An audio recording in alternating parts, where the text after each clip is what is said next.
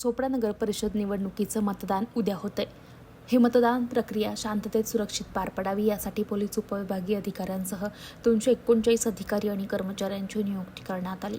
चोपडा नगर परिषदेच्या 15 प्रभागात 74 मतदान केंद्र आहेत। प्रत्येक मतदान केंद्रांवर आणि मतदान केंद्रांच्या 100 मीटर अंतरावर पोलीस कर्मचारी, अधिकारी आणि होमगार्ड यांचा बंदोबस्त लावण्यात आलाय।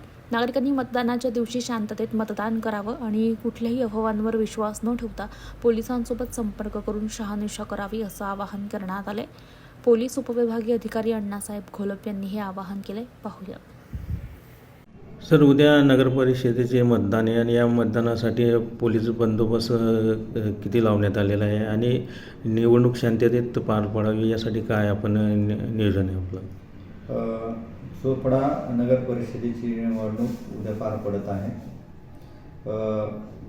त्यासाठी जवळपास 28 वेगवेगळ्या लोकेशन्सवर 74 बूथ मतदान केंद्र शहरामध्ये आहेत। या प्रत्येक मतदान केंद्रावर आणि त्या मतदान केंद्राच्या बाहेर 100 मीटरच्या लाईनवर आम्ही पोलीस बंदोबस्त नेमलेला आहे। याशिवाय सेक्टर अधिकारी आहेत, त्याचे 4 वेगवेगळे सेक्टर करून त्या सेक्टरची जबाबदारी संबंधित अधिकाऱ्याला दिलेली आहे। ते लोक त्या ठिकाणी पेट्रोलिंग करणार आहेत। महसूल अधिकाऱ्यासोबत काही आमचे कर्मचारी आहेत, ते त्यांना मदत करणार आहेत।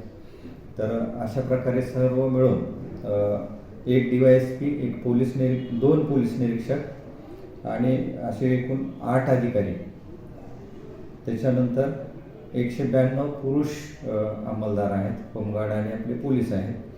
30 महिला पोलीस अंमलदार आहेत, त्यामध्ये पण आपले पोलीस आणि होमगार्ड महिला आहेत। असं एकूण जवळपास 8 अधिकारी आणि 231 कर्मचाऱ्यांचा पोलीस बंदोबस्त आम्ही या मतदान प्रक्रियेसाठी लावलेला आहे।